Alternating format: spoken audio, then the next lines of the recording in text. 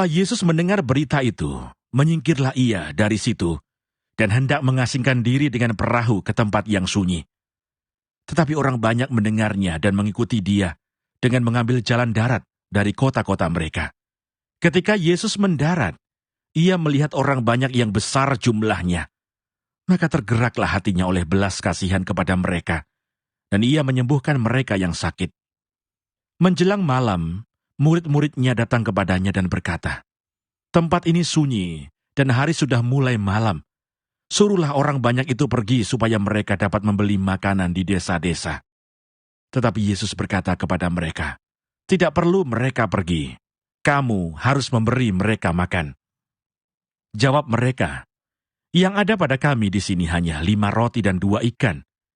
Yesus berkata, "Bawalah kemari kepadaku." Lalu disuruhnya orang banyak itu duduk di rumput. Dan setelah diambilnya 5 roti dan 2 ikan itu, Yesus menengadah ke langit dan mengucap berkat, lalu memecah-mecahkan roti itu dan memberikannya kepada murid-muridnya. Lalu murid-muridnya membagi-bagikannya kepada orang banyak. Dan mereka semuanya makan sampai kenyang. Kemudian orang mengumpulkan potongan-potongan roti yang sisa, 12 bakul penuh. Yang ikut makan kira-kira 5.000 laki-laki, tidak termasuk perempuan dan anak-anak. Bapak yang dikasihi Tuhan, setelah beberapa minggu kita membahas tentang perumpamaan, hari ini kita membahas tentang peristiwa. Peristiwa Yesus memberi makan 5.000 orang. Saya kira peristiwa mujizat Yesus ini adalah satu peristiwa mujizat yang paling populer bagi kita semua. Satu-satunya mujizat yang dicatat oleh 4 Injil. Matius, Markus, Lukas, Yohanes, 4-empatnya mencatat mujizat ini. Matius 14 ini paralel dengan Markus 6, Lukas 9, dan Yohanes 6. Karena itu mujizat ini pasti sesuatu yang signifikan, sehingga kenapa 4 Injil mencatatnya. Apalagi Injil Yohanes. Injil Yohanes kan sangat selektif dalam mencatat mujizat-mujizat yang dilakukan Yesus. Dia hanya pilih mujizat-mujizat yang signifikan dengan ceritanya. 5.000 orang diberi makan oleh Yesus, termasuk yang ditulis oleh Injil Yohanes juga. Kalau kita baca ceritanya aja, perikopnya aja, kita sudah terkagum-kagum.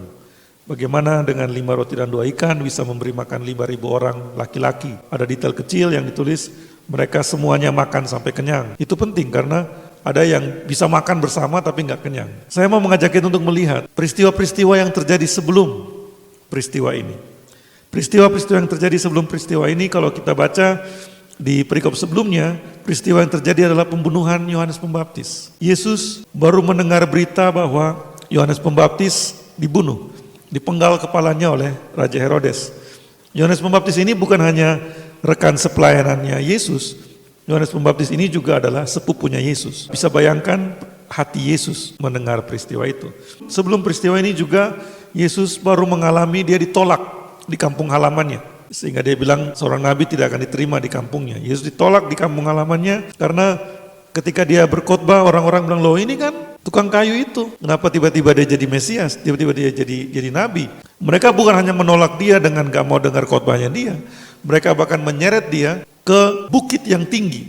Waktu kami ke Israel, kami mengunjungi bukit itu, Mount Precipice, itu di Nazaret. Dan Yesus dibawa ke situ, diseret ke situ dan mau dilempar ke bawah oleh orang-orang siapa? Orang-orang sekampungnya. Paling menyakitkan ditolak oleh orang yang kita kenal. Orang asing nolak kita itu nggak masalah. Mungkin aja karena dia belum kenal kita, tapi orang yang dekat sehari-harinya main bareng tiba-tiba mau bunuh Yesus. Nah, Yesus baru mengalami itu. Dia ditolak di kampung halamannya, lalu dia dengar berita Yohanes Pembaptis dipenggal kepalanya oleh Herodes, dan dia sedikit terhibur ketika murid-muridnya yang dia utus berdua-berdua berkeliling ke seluruh Yudea pulang dan bercerita tentang apa yang mereka alami. Dan karena itu Yesus kemudian mengajak mereka untuk menyingkir. Markus dan Lukas ceritanya seperti itu. Kalau di Matius, setelah Yesus mendengar berita itu, berita di Matius ini, setelah Yesus mendengar berita pembunuhan Yohanes Pembaptis, menyingkirlah ia dari situ dan hendak mengasingkan diri dengan perahu ke tempat yang sunyi. Ada yang bilang Yesus sedih dengan apa yang dialami oleh Yohanes Pembaptis. Ada juga yang bilang dia memang mau mengambil waktu, menenangkan diri akibat peristiwa-peristiwa yang dia alami. Jadi kalau dulu kita merenungkan Yesus pergi ke tempat yang sunyi dengan murid-murid sekedar mau retreat gitu ya, Tapi setelah saya baca beberapa Injil ini dan saya menemukan Yesus butuh sebenarnya waktu untuk mengasingkan diri. Dan mereka naik perahu ke tempat yang sunyi. Murid-murid Yesus sebagian adalah nelayan yang mengetahui sekali wilayah Galilea, Danau Galilea. Kalau naik perahu bisa kemana, ada tempat-tempat yang sunyi yang mereka bisa ambil waktu, hanya Yesus dengan murid-murid saja. Tetapi di ayat 13 tadi mengatakan, orang banyak mendengarnya dan mengikuti dia dengan mengambil jalan darat dari kota-kota mereka. Pengaruh Yesus di masa itu begitu besarnya, pengaruh pengajaran Yesus, pelayanan Yesus begitu berpengaruhnya, sehingga orang tidak bisa melewatkan satu hari tanpa mendengar dia. Kemanapun dia pergi ada berduyun-duyun, berbondong-bondong orang yang mau mengikuti dia. Dan orang banyak ini gak tahu mereka dapat bocoran dari mana, mereka bisa menebak Yesus mau kemana. Sehingga ketika Yesus mendarat, apa yang terjadi? Dia melihat orang banyak yang besar jumlahnya sudah ada di situ. Orang banyak yang besar jumlahnya ada di tempat yang Yesus dan murid-muridnya mau mengasingkan diri. Kalau kita berusaha untuk berempati dengan Yesus, memahami apa yang Yesus rasakan, respon Yesus bisa, aduh. Kadang-kadang kalau kita mau istirahat, tiba-tiba diganggu oleh anak-anak, aduh ini mau istirahat. Karena kalau anak-anak minta, itu artinya darurat. Tapi kalau orang tua yang minta, jawabannya seringnya gitu kan. Kalau anak-anak yang minta darurat, harus langsung dilakukan. Tapi kalau orang tua yang minta, pasti ada hal yang lebih penting daripada permintaan itu gitu. Main game dulu, selesaikan satu level dulu, atau selesaikan satu episode dulu. Yesus mengalami itu. Dia mendarat, dia melihat orang banyak, besar jumlahnya. Tapi di ayat 14, apa yang dikatakan Injil Matius?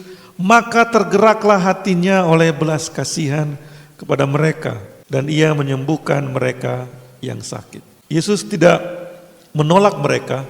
Yesus gak bilang aduh, tapi dia melayani. Bagi Yesus gak pernah ada kata aduh ketika ada yang membutuhkan. Gak pernah ada aduh ketika ada yang datang dengan kondisi yang mengerikan untuk ditolong. Ya kita gak usah kecil hati karena itu kan Yesus. Kalau kita boleh aja bilang aduh gitu, tolak gak apa-apa, kan kita bukan Yesus. Hanya kita murid Yesus kan. Kalau kita murid Yesus mungkin kita harus berpikir untuk meneladani Yesus. Jadi kalau misalnya mengalami seperti ini, bagi kita masih bisa excuse, kita kan masih manusia, menolak gak apa-apa.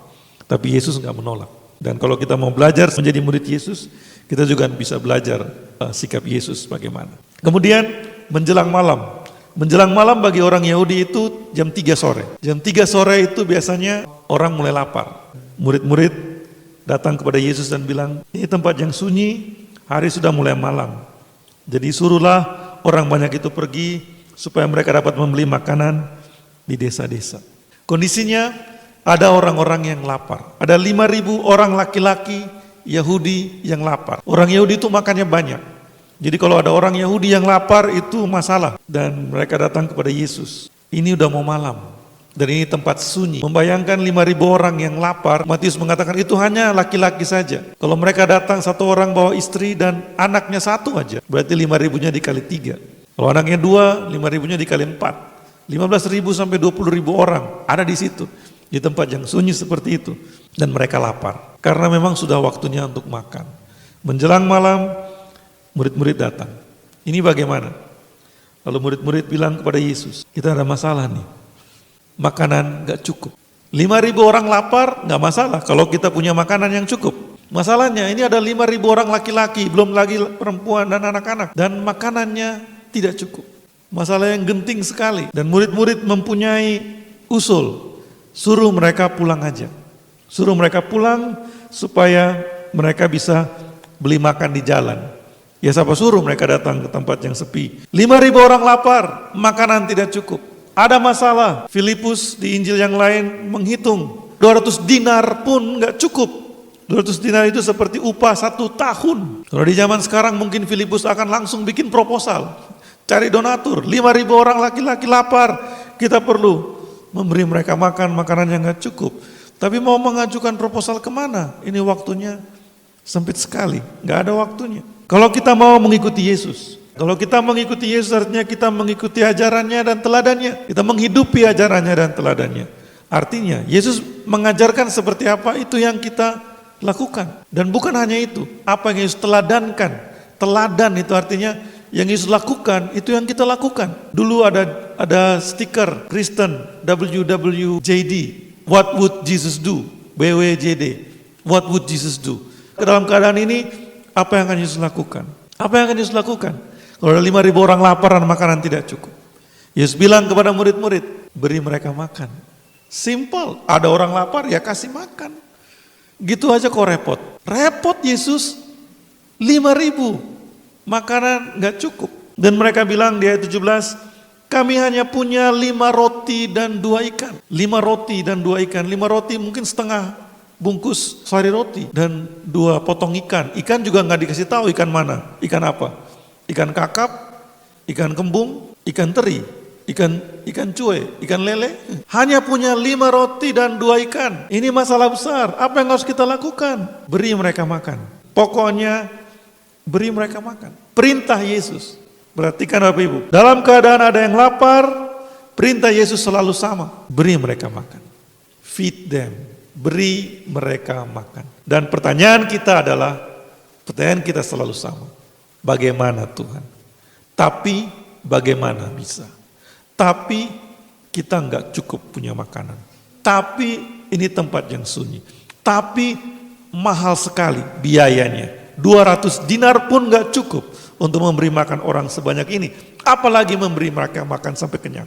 Lalu Yesus bilang apa? Bawalah kemari kepadaku. Ini yang kita harus dengar. Hari-hari ini kita lihat ada banyak masalah. Krisis ekonomi sedang terjadi. Sudah dimulai resesi dunia. Negara-negara maju, Singapura, Hong Kong, Korea udah mengakui sekarang udah masuk resesi. Indonesia masih malu-malu kucing mengakuinya. Tapi kita juga akan mengalaminya.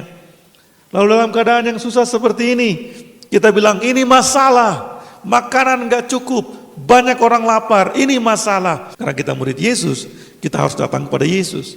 Kita datang kepada Yesus, Yesus selalu menjawabnya sama. Beri mereka makan. Dan ketika kita bilang kita gak punya resource yang cukup, kita gak punya sumber daya yang cukup, yang di tangan saya gak ada banyak uang, yang di tangan saya gak ada banyak makanan. Yesus mengatakan bawa kepada Yesus. Bawa kepada Yesus. Ketika ada masalah, ketika ada pekerjaan yang harus dikerjakan, apakah kita sudah membawa apa yang kita miliki kepada Yesus? Bayangkan kalau anak yang punya 5 roti dan 2 ikan itu melihat, ini ada banyak sekali orang yang lapar dan hanya dia yang punya makanan. Lalu dia sembunyikan makanannya. Jangan sampai ketahuan kalau saya bawa makanan. Biar saya aja yang makan. Kepada kita murid-muridnya, kalau lihat orang lapar, beri dia makan. Kalau lihat orang susah, beri dia penghiburan. Tapi saya punya apa Tuhan? Saya enggak punya damai sejahtera yang berlimpah-limpah untuk saya bagikan seperti yang Yesus punya. Saya sendiri punya masalah, saya sendiri punya pergumulan. Boro-boro saya kasih sumbangan Tuhan. Saya sendiri harus mengatur keuangan saya supaya saya bisa makan. Yesus bilang, bawalah kemari kepadaku. Setelah 5 roti dan 2 ikan itu dibawa kepada Yesus, apa yang Yesus lakukan? Bapak Ibu coba lihat di ayat 19. Murid-murid bawa 5 roti dan 2 ikan, lalu Yesus menyuruh orang banyak itu duduk di rumput. Disuruh duduk, itu artinya makanan sudah siap. Silakan duduk Bapak Ibu, duduk yang rapi. Itu artinya makanan sudah siap. Makanan apa? 5 roti dan 2 ikan. Untuk 5.000 orang laki-laki dan entah berapa banyak perempuan dan anak-anak. Dan Yesus menengadah ke langit dan mengucap berkat. Lalu mecah-mecahkan roti itu dan memberikannya kepada murid-muridnya. Lalu murid-muridnya membagi-bagikannya kepada orang banyak. Yang paling deg-degan adalah murid-murid. Gimana kalau baru sampai barisan pertama udah habis? Mampus kita. Udah disuruh duduk soalnya. Udah disuruh duduk. Artinya makanan sudah tersedia, duduk. Lalu mereka yang bawa 5 roti dan 2 ikan ini, yang telah diberkati oleh Yesus dan mereka mulai bagikan. Cukup gak ya? Cukup gak ya? Tapi murid-murid, yang kita perlu apresiasi dari murid-murid adalah mereka taat pada Yesus. Meskipun sepertinya melakukan sesuatu yang bodoh, tapi murid-murid rela berbodoh-bodoh di depan perintah Yesus. Kadang-kadang kita terlalu pintar, sehingga lebih pintar dari Tuhan yang menciptakan alam semesta ini. Dengan perhitungan kita membantah Tuhan. Gak bisa Tuhan, 5 roti dan 2 ikan suruh saya yang bagi. Enggak Tuhan, Tuhan bagi sendiri aja. Kalau di zaman sekarang mungkin akan ngomong kayak gitu. Tuhan bagi sendiri aja, nggak mungkin Tuhan, ini baru sampai baris pertama udah habis. Tapi murid-murid nggak ngomong gitu. Dan ayat 20 mengatakan, dan mereka semuanya makan sampai kenyang. Ini detail yang penting sekali. Makan sampai kenyang. 5 roti dan 2 ikan dibagikan, dan Injil Matius mengatakan mereka semuanya makan sampai kenyang. Orang mengumpulkan potongan-potongan roti yang sisa. Perhatikan ada berapa sisa? Ada 12 bakul penuh. Bukan 12 bakul kosong. Bukan 12 bakul setengah. Di ayat 20 dikatakan potongan-potongan roti yang sisa 12 bakul penuh. Berapa roti yang dibawa kepada Yesus, teman-teman? 5 ketul. Berapa roti yang tersisa? 12 bakul. 5 roti beri makan 5.000 orang laki-laki, belum tahu berapa banyak perempuan dan anak-anak, sisa 12 bakul. Murid-murid pulang, 1 orang bawa 1 bakul. Malah untung mereka. Kan 12 murid Yesus kan? Sisanya 12 bakul. Yang ikut makan 5.000 laki-laki. Tidak termasuk perempuan dan anak-anak. Apa yang kita perlu belajar dari peristiwa ini Bapak Ibu? Kita murid Yesus. Yang bukan murid Yesus nggak usah dengerin saya. Tapi kalau mengaku murid Yesus, kita perlu belajar. Pertama, buka mata kalau ada masalah. Kalau Tuhan buka matamu, melihat persoalan, itu berarti itu persoalanmu. Ini penting Bapak Ibu. Banyak orang matanya terbuka, tapi hatinya tertutup. Buka mata yang saya maksud di sini adalah buka mata yang membuat kita buka hati. Ada persoalan, Tuhan tunjukkan di depan mata. Orang-orang lapar. Orang-orang lapar di sini bukan hanya sekedar lapar makanan. Ada banyak kelaparan manusia di dunia ini hari ini. Ketika Tuhan beri mata untuk kita melihatnya, mata kita melihatnya. Kalau kita murid Yesus, kalau sudah lihat, nggak bisa tutup mata lagi. Udah terlanjur lihat. Udah terlanjur lihat. Kalau udah terlanjur lihat, pasang telinga untuk dengar. Yesus bilang apa tentang ini. Jadi kalau terlanjur lihat, lalu berpaling kepada Yesus. Tuhan, gimana? Tuhan bilang, kasih makan. Ketika Tuhan bilang kasih makan, apa yang kita lakukan? Periksa dompet dong tentunya. Lihat kantong, lihat modal saya berapa. Murid Yesus, kalau Tuhan sudah bilang kasih makan, artinya kasih makan. Karena Tuhan gak terima nego, non-negotiable. Kalau Tuhan bilang kasih makan, kasih makan. Mulai melangkah dengan apa yang Tuhan sudah beri. Oke Tuhan, saya mau kasih makan, tapi saya bikin proposal dulu. Saya cari donatur dulu. Bisa, tapi kasih makan dulu dengan apa yang ada padamu. Yesus selalu mengajak kita, meminta kita untuk mulai dengan apa yang ada pada kita. Ini kebenaran yang penting sekali Bapak Ibu. Karena kita selalu punya sesuatu untuk diberikan. Ketika Tuhan memanggil kita untuk mengerjakan pekerjaannya, Dia sudah memberikan sesuatu di tangan kita. Berapapun itu, Dia sudah memberikannya. Dan mujizat hanya akan terjadi kalau kita mau pakai apa yang di tangan kita. Kalau kita mau keluarkan apa yang di tangan kita untuk melakukan apa yang Tuhan minta, baru bisa terjadi mujizat. Kalau kita bilang, oke, saya akan bantu mereka, tapi kan saya akan cari orang-orang, Tuhan gak akan bekerja. Mujizat gak akan terjadi. Karena itu Bapak Ibu yang dikasihi Tuhan, apa yang ada padamu? 5 roti dan 2 ikan. Tuhan selalu minta apa yang ada padamu. Ketika Elia bertemu janda di Sarfat, Tuhan suruh Elia pergi ke Sarfat di Sidon, dan di sana ada janda yang akan tolong dia. Elia mungkin pikir ketemu janda kaya, ternyata ketemu janda yang miskin. Dia bilang kepada janda itu, "Bu, bikinin aku roti, aku lapar." Janda itu bilang apa? "Yang tersisa bagi saya hanya sedikit tepung dan sedikit minyak. Saya akan bikin roti dari tepung dan minyak itu dan makan dengan anak saya, lalu setelah itu kami akan mati kelaparan karena gak ada makanan lagi." Lalu Elia bilang apa? "Aduh kasihan. Udah sorry ya Bu, udah minta-minta sama ibu. Maaf ya." Elia gak bilang gitu. Elia bilang, "Oke, bikinkan dulu buatku." Elia ini nabi Tuhan. Nabi macam apa?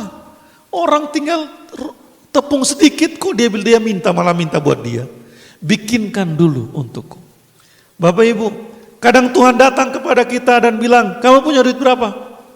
1 juta Tuhan. Kasih semua. Berikan semuanya. Biar Yohan bisa sekolah. Lalu janda di Sarfat itu, apa yang dia lakukan? Dia dengerin apa yang Elia bilang. Dia bikin roti dari tepung dan minyak yang tersisa itu. Dan dia kasih Elia. Setelah itu dia mati kelaparan? Enggak. Tepung dan minyaknya enggak habis. Dia bikin lagi, masih ada. Dia bikin lagi, masih ada. Dia bikin lagi, masih ada. Kenapa? Karena dia taat membawa apa yang ada padanya kepada Tuhan. Bapak Ibu yang dikasihi Tuhan, kalau engkau terganggu dengan khotbah ini, cepat pindah channel. Karena berbahaya sekali firman hari ini. Kenapa? Kalau pengkhotbah yang lain bilang kamu beri kepada Tuhan sedikit, Tuhan akan ganti 100 kali lipat. Pengkhotbah yang ini bilang beri semua yang ada padamu sekarang. Nah, Tuhan membutuhkannya. Bapak Ibu yang dikasihi Tuhan, apakah kita mau memberi semua yang ada pada kita kalau Tuhan minta semuanya? Kalau kita murid Kristus, kita mau belajar untuk maju dengan iman akan apa yang Tuhan akan kerjakan. Beri semua yang ada pada kita. Hanya punya 5 roti dan 2 ikan. Janda di Sarfat itu lebih kasihan lagi, hanya punya sedikit tepung dan minyak. Bagaimana Tuhan tega minta dari janda seperti ini? Ada yang mengkritik hamba-hamba Tuhan kalau khotbah kayak gini. Kenapa? Karena memang hamba-hamba Tuhan yang khotbah kayak gini jahat. Dia minta dari jemaat yang miskin untuk memberi apa yang ada padanya supaya apa? Supaya dia beli pesawat jet baru. Itu jahat. Dia minta dari jemaat yang miskin supaya bikin sound system yang miliaran. Itu jahat, itu busuk. Tapi Yesus minta 5 roti dan 2 ikan bukan untuk dirinya, tapi untuk 5.000 orang yang lapar, yang butuh makanan sekarang. Karena itu Bapak Ibu, rambu-rambunya, kalau ada pengkhotbah yang khotbah kayak gini, rambu-rambunya adalah uangmu itu diminta untuk apa?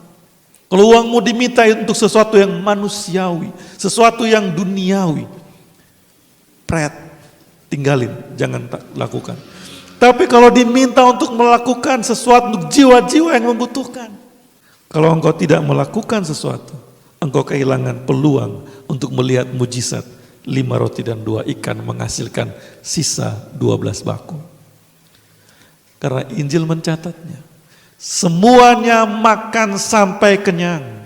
Kemudian orang-orang mengumpulkan potongan-potongan roti yang sisa 12 bakul penuh, yang ikut makan kira-kira 5.000 laki-laki, tidak termasuk perempuan dan anak-anak. Mau lihat mujizat dalam hidupmu? Punya 5 roti doang, pulangnya bawa 1 bakul penuh. Karena kan 12 bakul dibagi 12 murid. Mau lihat mujizat yang seperti itu? Beri apa yang ada padamu ketika Tuhan memintanya. Ketika Tuhan memintanya. Saya nggak suruh untuk royal keluar dari habis dengerin khotbah ini lalu kemudian bagi-bagi ke orang, bukan. Itu juga bodoh. Ketika Tuhan memintanya, apakah engkau akan menjawab, "Oke Tuhan, ini Tuhan. Tuhan mau apain? Suka-sukamu Tuhan." Habis beri 5 roti dan 2 ikan, baru kita bisa nyanyi, "Suka-sukamu Tuhan. Ini sudah semua yang dari dompet saya Tuhan. Nih Tuhan, suka-sukamu mau diapain?" Dan Tuhan kita tidak akan buat kita kelaparan dan kere dan nelongso kasihan. Dia akan beri sisa 12 bakul. Murid-murid dapat sisa 12 bakul. Yesus bilang pada murid-murid, semua yang kau kehilangan karena aku bisa ganti 100 kali lipat. Dan aku kasih hidup yang kekal. Siapa yang bisa menjamin seperti itu selain Yesus? Jangan khawatir tentang sedikit yang engkau punya. Jangan khawatir tentang sedikit yang ada di tanganmu. Kalau Tuhan minta, bawa itu. Dengar juga, kalau engkau melihat ada persoalan, kalau Tuhan buka matamu dan melihat ada yang kelaparan, kalau Tuhan buka matamu dan melihat ada yang dalam kekurangan, jangan sembunyikan tabunganmu, tapi bawa kepada Tuhan, dan biar Tuhan urapi, Tuhan berkati, dan lihat mujizat Tuhan terjadi. Mau Bapak Ibu? Kalau kita murid Yesus, kita perlu mengikuti ajaran dan menghidupi teladan Yesus.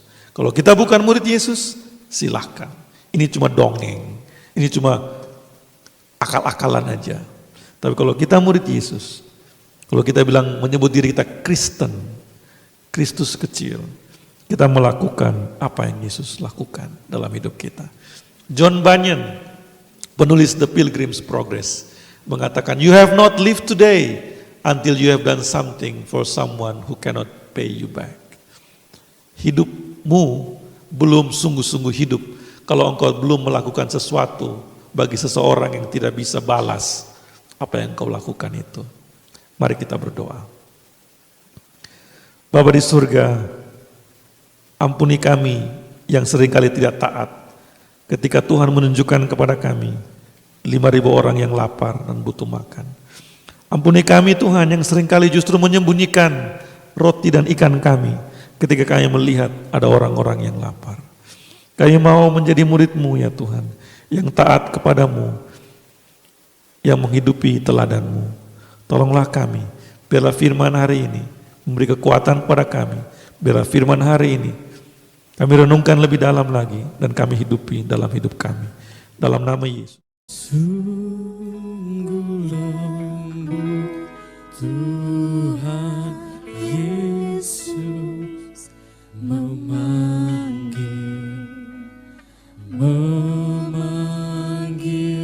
aku dan kau.